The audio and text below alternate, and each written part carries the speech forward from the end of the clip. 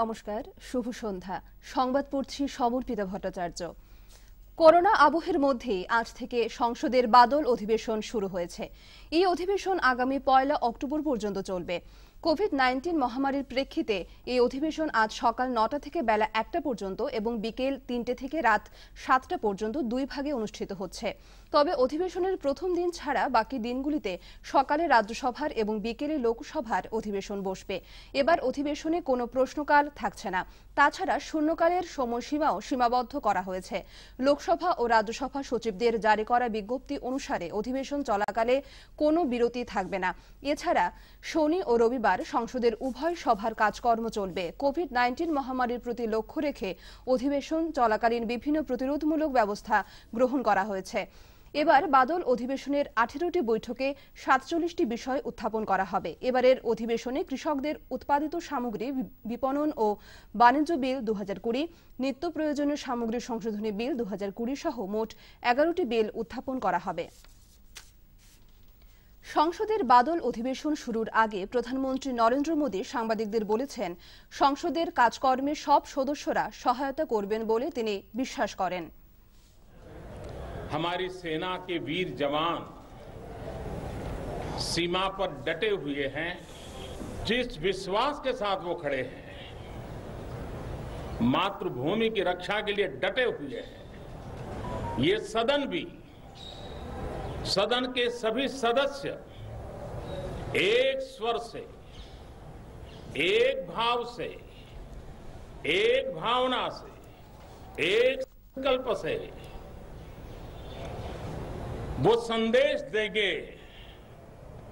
सेना के जवानों के पीछे देश खड़ा है। इस वातावरण में संसद का मानसून सत्र आज प्रारंभ हो रहा है।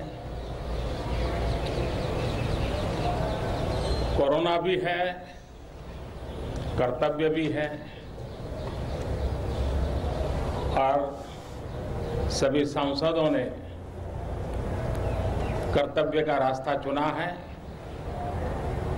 मैं सभी सांसदों को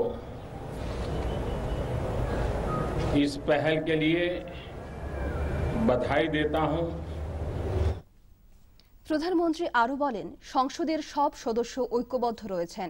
এবার অধিবেশন এক বিশেষ পরিস্থিতিতে আয়োজন করার কথা উল্লেখ করে প্রধানমন্ত্রী বলেন, সাংসদরা এই ভয়াবহ সময়ে নিজের কর্তব্য পালনের ব্যাপারে সজাগ রয়েছেন। তাছাড়া করোনা প্রতিষেধক বের না হওয়া পর্যন্ত সব ধরনের কোভিড বিধি মেনে চলার ওপর জোর দিয়েছেন প্রধানমন্ত্রী। আসামে অতিরিক্ত আইসিইউ বিছানার ব্যবস্থা করার জন্য পদক্ষেপ গ্রহণ করা হয়েছে। জাতীয় স্বাস্থ্য অভিযান আসামের মিশন সঞ্চালক ডক্টর লক্ষণন এস বলেন যে রাজ্যের জেলা হাসপাতাল এবং মডেল হাসপাতালগুলিতে আগামী নভেম্বর মাসের মধ্যে প্রয়োজনীয় প্রাথমিক সুযোগ সুবিধা সম্পন্ন অতিরিক্ত আইসিইউ বিছানা স্থাপনের কাজ সম্পূর্ণ হবার সম্ভাবনা রয়েছে। তিনি বলেন যে আসামে দেশের বাকি রাজ্যের তুলনায় কোভিড-19 মৃত্যুর হার কম হলেও রাজ্যে আক্রান্তের সংখ্যা দিন দিন বৃদ্ধি পাচ্ছে। রাজ্যে আইসিইউ বিছানা থাকলেও আক্রান্তের সংখ্যা বাড়তে থাকলে অতিরিক্ত বিছানা প্রয়োজন হবে বলে ডক্টর লক্ষণন জানান। এ ধরনের পরিস্থিতি এড়িয়ে চলার জন্য তিনি জনসাধারণকে আরও বেশি সতর্ক থাকার আহ্বান জানান। ডক্টর লক্ষণন এই রোগের জটিলতা এড়ানোর জন্য জনসাধারণের প্রাথমিক অবস্থাতেই রোগটি শনাক্ত করে চিকিৎসা গ্রহণের ব্যবস্থা করা উচিত বলে উল্লেখ করেন এবং সেই সঙ্গে মাস্ক পরার উপরও গুরুত্ব আরোপ করেছেন।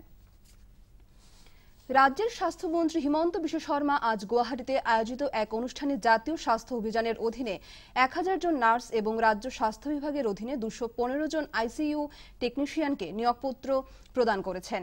এই অনুষ্ঠানে বিশেষ সম্মানিত অতিথি হিসেবে উপস্থিত থেকে স্বাস্থ্যমন্ত্রী বলেন, করোনা মহামারী চলাকালীন এই সময়ে বৃহৎ সংখ্যক লোককে সরকারি নিয়োগপত্র প্রদান করার নিরিখে আসামই একমাত্র রাজ্য। তিনি বলেন, আগামী বছরের ফেব্রুয়ারি মাসের মধ্যে রাজ্য সরকার প্রায় 50,000 লোককে সরকারি চাকরি প্রদান করবে। কয় যে রাজ্যখনৰ স্বাস্থ্য খণ্ডক এটা নতুন ৰূপ প্ৰদান কৰাৰ উদ্দেশ্যে চৰকাৰে ইতিমধ্যে বিভিন্ন পৰিকল্পনা গ্ৰহণ কৰিছে। অসমৰ প্ৰতিখন জিলাতে আইচিইউ ব্যৱস্থা শক্তিশালী কৰি তোলাৰ লগতে সমগ্ৰ পূব ভাৰতৰ ভিতৰতে অসমত শ্ৰেষ্ঠ কৰ্কট চিকিৎসালয় আৰু ৰাজ্যিক চিকিৎসা মহাবিদ্যালয় নিৰ্মাণ কৰাৰ বাবে ব্যৱস্থা গ্ৰহণ কৰা বুলি মন্ত্ৰীগৰাকীয়ে জানিবলৈ দিয়ে। যেতিয়া অসমত কোভিড-19 ৰোগৰ বিষয়ে আমি শুনিছিলোঁ, তেতিয়া আমি মুখ্যতঃ বাতৰি কাকত টেলিভিছনত করিমগঞ্জ জেলার সব নাগরিকদের আধার কার্ড প্রদানের জন্য জেলা প্রশাসনের পক্ষ থেকে আরও 15টি অতিরিক্ত আধার এনরোলমেন্ট কেন্দ্রের ব্যবস্থা করা হয়েছে। জেলা উপায়ুক্তের জারি করা এক আদেশে এই কেন্দ্রগুলিতেও নাগরিকরা তাদের আধার কার্ড পঞ্জীয়ন করতে পারবেন বলে জানানো হয়েছে। এই কেন্দ্রগুলি পরিচালনা এবং বায়োমেট্রিক ইত্যাদি ব্যবস্থা করার দায়িত্ব নগাঁওয়ের ভেন্ডার মেসার্স পারিজা এন্টারপ্রাইজের হাতে রয়েছে বলে এই আদেশে উল্লেখ করা হয়েছে। তবে জেলার গাঁও পঞ্চায়েত অফিসগুলিতে স্থাপিত এই অতিরিক্ত কেন্দ্রগুলিতে আধার পঞ্জীয়নের জন্য আসা নাগরিকদের নথিপত্র যাচাই করতে সংশ্লিষ্ট গাঁও পঞ্চায়েত সচিবদের দায়িত্ব দেওয়া হয়েছে। উল্লেখ্য, এই কেন্দ্রগুলি হচ্ছে বদরপুর সার্কেলের Umarpur GP office, Chargola Ghoramara GP office, Anglar Bazar GP office, Patharkandi সার্কেলের ইছাবির জিপি অফিস, হাতিখিরা, পুতনি, চাঁদখিরা, মেদলি, বান্দরকোনা, কৃষ্ণনগর, চেরাগি, ভেটারবন্দ, কাজির বাজার, গোবিন্দনগর এবং সুভাষনগর জিপি অফিস। দেশে কোভিড আক্রান্তদের মধ্যে সুস্থতার হার বৃদ্ধি পেয়ে ৭৮% হয়েছে। গত 24 ঘন্টায় ৭৭,০০০ কোভিড রোগী সুস্থ হয়ে উঠেছেন। স্বাস্থ্য মন্ত্রক সূত্রে বলা হয়েছে, দেশে সুস্থ হয়ে ওঠা রোগীর সংখ্যা দাঁড়িয়েছে ৩৭,৮০,০০০। এতে চিকিৎসাধীন রোগীর সংখ্যাও ধীরে ধীরে কমছে। বর্তমানে দেশে কোভিড আক্রান্ত হয়ে মৃত্যুর হার দাঁড়িয়েছে ১.৬৪%। দেশে এ পর্যন্ত মৃতের সংখ্যা ৭৯,৭২২ জন। অন্যদিকে আইসিএমআর সূত্রে বলা হয়েছে, গত 24 ঘন্টায় ৯,৭৮,০০০-এর বেশি টেস্ট করা হয়েছে। এতে মোট টেস্টের সংখ্যা বেড়ে দাঁড়িয়েছে ৫,৭২,০০,০০০।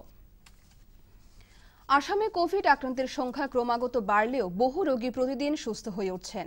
গত 24 ঘন্টায় রাজ্যে ২,২৫১ জন রোগী সুস্থ হয়ে উঠেছেন। স্বাস্থ্যমন্ত্রী হিমন্ত বিশ্ব শর্মার টুইট অনুযায়ী রাজ্যে এ পর্যন্ত মোট আক্রান্তের সংখ্যা ১,৪১,৭৬৩ জন। ইতিমধ্যে বিভিন্ন হাসপাতাল থেকে সুস্থ হয়ে বাড়ি ফিরেছেন ১,১৩,১৩৩ জন। বর্তমানে চিকিৎসাধীন রোগীর সংখ্যা ২৮,১৫৮ জন।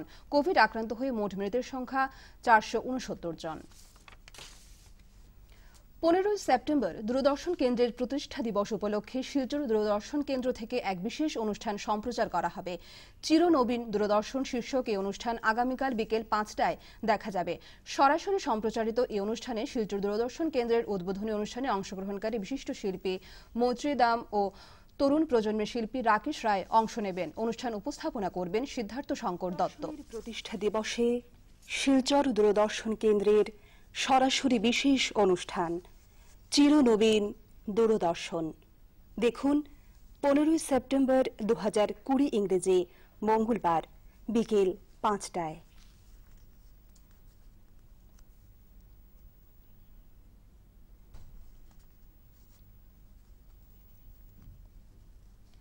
আজ সারা দেশ জুড়ে বিভিন্ন অনুষ্ঠানের মাধ্যমে হিন্দি দিবস পালন করা হচ্ছে। প্রধানমন্ত্রী নরেন্দ্র মোদী এক টুইট বার্তায় হিন্দি দিবস উপলক্ষে জনগণকে অভিনন্দন জানিয়েছেন। সব ভাষাবিদদের আন্তরিক শুভেচ্ছা জানিয়ে প্রধানমন্ত্রী বলেছেন, এই বিশেষ দিনটিতে সবাই হিন্দির বিকাশে এগিয়ে আসুন। কেন্দ্রীয় স্বরাষ্ট্রমন্ত্রী অমিত শাহ হিন্দি দিবস উপলক্ষে জনগণকে শুভেচ্ছা জানিয়েছেন। এ ব্যাপারে তিনি বলেন, নরেন্দ্র মোদীর নয়া জাতীয় শিক্ষানীতিতে হিন্দির সমান্তরাল উন্নয়নের প্রেক্ষাপট রয়েছে, পাশাপাশি অন্যান্য ভাষার উন্নয়নের পথও প্রশস্ত রয়েছে।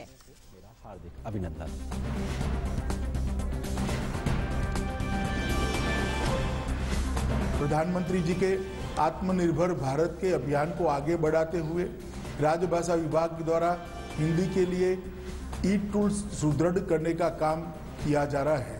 वोकल फॉर लोकल के अंतर्गत किए जा रहे कार्यों में विभाग द्वारा निर्मित स्मृति आधारित अनुवाद टूल कंठस्थ का विस्तार किया जा रहा है, जिससे अनुवाद के क्षेत्र समय की बचत करने के साथ साथ एकरूपता और उत्कृष्टता भी सुनिश्चित की जा सके। হাইলাকান্দির ৩৭ নং জাতীয় সড়কে ভয়াবহ দুর্ঘটনা। আলগাপুর বিধানসভা সমষ্টির অন্তর্গত কাটাখাল সাদ্দামপাড়ায় সংঘটিত হয় এই দুর্ঘটনা। জাতীয় সড়কের পাশে বন্ধ অবস্থায় থাকা একটি ট্রাকে ধাক্কা মেরে ঘটনাস্থলে মৃত্যুমুখে পড়েন দুই তরতাজা যুবক। প্রাপ্ত তথ্য অনুযায়ী AS11M 7546 নম্বরের একটি স্কুটিতে চড়ে ধলেশ্বর দিক থেকে শিলচর অভিমুখে যাচ্ছিলেন দুই যুবক। যে জায়গায় দুর্ঘটনা ঘটেছে সেই জায়গায় AS11C 4282 নম্বরের একটি ট্রাক বিকল অবস্থায় থামানো ছিল। স্কুটিটি এসে বন্ধ অবস্থায় থাকা ট্রাকের পেছনে ধাক্কা মারলে রাস্তার মধ্যে ছিটকে পড়েন দুই স্কুটি আরোহী। সঙ্গে সঙ্গে স্থানীয়রা তাদেরকে উদ্ধার করে কালীনগর সরোজিনী হাসপাতালে নিয়ে যাওয়া হলে চিকিৎসক তাদেরকে মৃত বলে ঘোষণা করেন। মৃত দুই যুবকের নাম সুকল্যাণ দাস এবং রাজেশ রংমাই। দুজনেই শিলচরের বাসিন্দা। 37 নং জাতীয় সড়কের এই অংশে ঘন ঘন দুর্ঘটনা ঘটে যাচ্ছে। এর আগেও এই এলাকায় গাড়ি দুর্ঘটনা ঘটে প্রাণহানি হয়েছে বলে স্থানীয় জনগণ জানিয়েছেন। করোনা পরিস্থিতির মধ্যে হিন্দু বাঙালিদের সর্বশ্রেষ্ঠ উৎসব দুর্গাপূজা সমাগত, কিন্তু অন্যবারের মতো এবছর পুজো হলে পরিস্থিতি ভয়াবহ হয়ে উঠবে আশঙ্কা করে প্রশাসন বেশ কিছু বিধিনিষেধ জারি করেছে। ইতিমধ্যে রাজ্যের স্বাস্থ্যমন্ত্রী হিমন্ত বিশ্ব শর্মা বলেছেন, করোনা সংক্রমণ ঠেকাতে শুধুমাত্র পুজোর আচার অনুষ্ঠান ছাড়া বাকি সব এবছর বাদ দিতে হবে। এমনকি দুর্গা প্রতিমার সামনে একসঙ্গে সবাই মিলে অঞ্জলি বা প্রসাদ গ্রহণ এবছর বাতিল করা হয়েছে। এদিকে আগামী 17 সেপ্টেম্বর মহালয়া, কিন্তু এবছর মহালয়ার 1 মাস পর অনুষ্ঠিত হবে পূজানুষ্ঠান।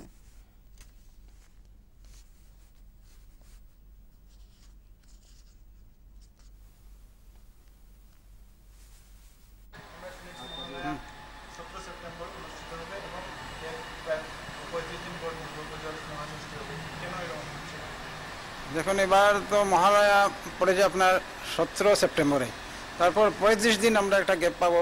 গ্যাপটার এই মল মাসের জন্য গ্যাপটা হচ্ছে। তারপর 22 অক্টোবরে আপনার মহাষষ্ঠী, 23 অক্টোবর থেকে সপ্তমী পূজা, 23-24 অক্টোবর অষ্টমী, এইভাবে দশমী পর্যন্ত হবে। সেটা আমরা আপনার এই মল মাস থাকার জন্য এই ব্যতিক্রমটা হচ্ছে আর কি। এই ব্যতিক্রমটা আমার জীবনে তো আমি পাইনি, আগে হয়তো হয়েছিল শুনেছি। হ্যাঁ, 7 দিন পরেই দেবীপক্ষের সূচনা হয়, মহালয়াতে দেবীপক্ষের সূচনা হয়, তারপরে থেকে শুরু হয়। কিন্তু এবার একটু ব্যতিক্রমে এই মল মাস থাকার জন্য হয়েছে। 5 দিন লাগবে। মা তো আপনার দুলায় আগমন হবে, এবার দুলায় ওরকম হবে, এমনি ফলটা ভালো না, যাওয়াটা আবার ভালো। গজে যাবেন, হাতিতে যাবেন, গজেছে জলদা দেবী শস্যপূর্ণ বসুন্ধরা। মা সবাইকে ভালো রাখুক, সুস্থ রাখুক। যা দেবী সর্বভূতেষু শান্তিরূপেণ সংস্থিতা, নমস্তস্যৈ নমস্তস্যৈ নমস্তস্যৈ নমো নমঃ। এটাই বললাম আর কি। অন্যদিকে শিলচর সহ বরাক উপত্যকার বিভিন্ন স্থানে এবছর স্থানীয় ক্লাব ও সংগঠন ঘটা করে আয়োজন থেকে বিরত থাকছে। পুজোর মণ্ডপের সাজসজ্জা কাটছাট করে শুধুমাত্র আচার অনুষ্ঠানের দিকেই নজর দেওয়া হচ্ছে। এমনকি এবার বিভিন্ন প্রতিমা শিল্পালয়েও মূর্তি তৈরির অর্ডার অন্যবারের তুলনায় অনেক কম।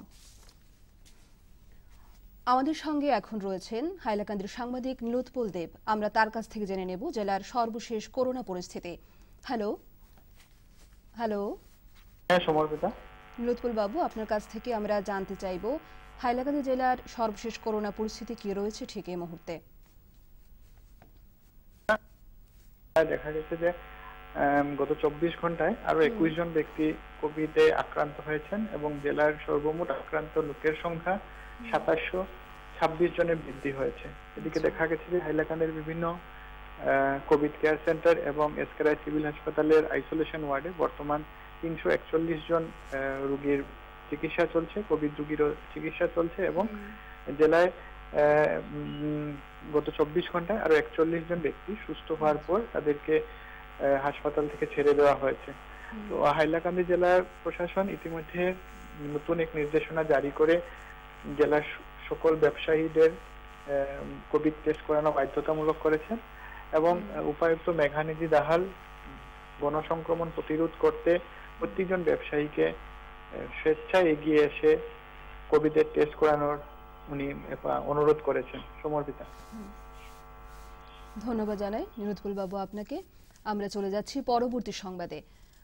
পোষণ মাস উপলক্ষে রবিবার কালাইনের দীননাথপুর চা বাগানের 652 নম্বর হাতিমারা এলপি স্কুলে জনস্বাস্থ্য কারিগরি ও সমাজ কল্যাণ বিভাগের উদ্যোগে এক অনুষ্ঠানের আয়োজন করা হয়।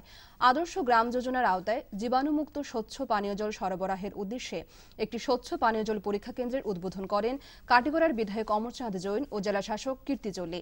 এই অনুষ্ঠানে অংশ নিয়ে জেলাশাসক গ্রামের জনগণকে বিভিন্ন উৎস থেকে পাওয়া পানীয় জল এখানে এসে পরীক্ষা করানোর আবেদন জানান। তিনি বলেন, আদর্শ গ্রাম যোজনার আওতায় প্রতিটি গ্রামের যথাযথ উন্নতি হওয়া প্রয়োজন। তাছাড়া এই পুরো সেপ্টেম্বর মাসটি পোষণ মাস হিসেবে পালন করা হচ্ছে বলেও উল্লেখ করেন জেলাশাসক। এই অনুষ্ঠানে বক্তব্য রাখতে গিয়ে কাটিগড়ার বিধায়ক বলেন, প্রতিটি গ্রামকে জিও ট্যাগিং এর আওতায় আনতে হবে। তাছাড়া বৃদ্ধ ও বিধবা পেনশনের সুবিধা প্রাপকরা যাতে উপকৃত হতে পারেন তা সুনিশ্চিত করতে বিধায়ক জেলাশাসককে অনুরোধ জানিয়েছেন।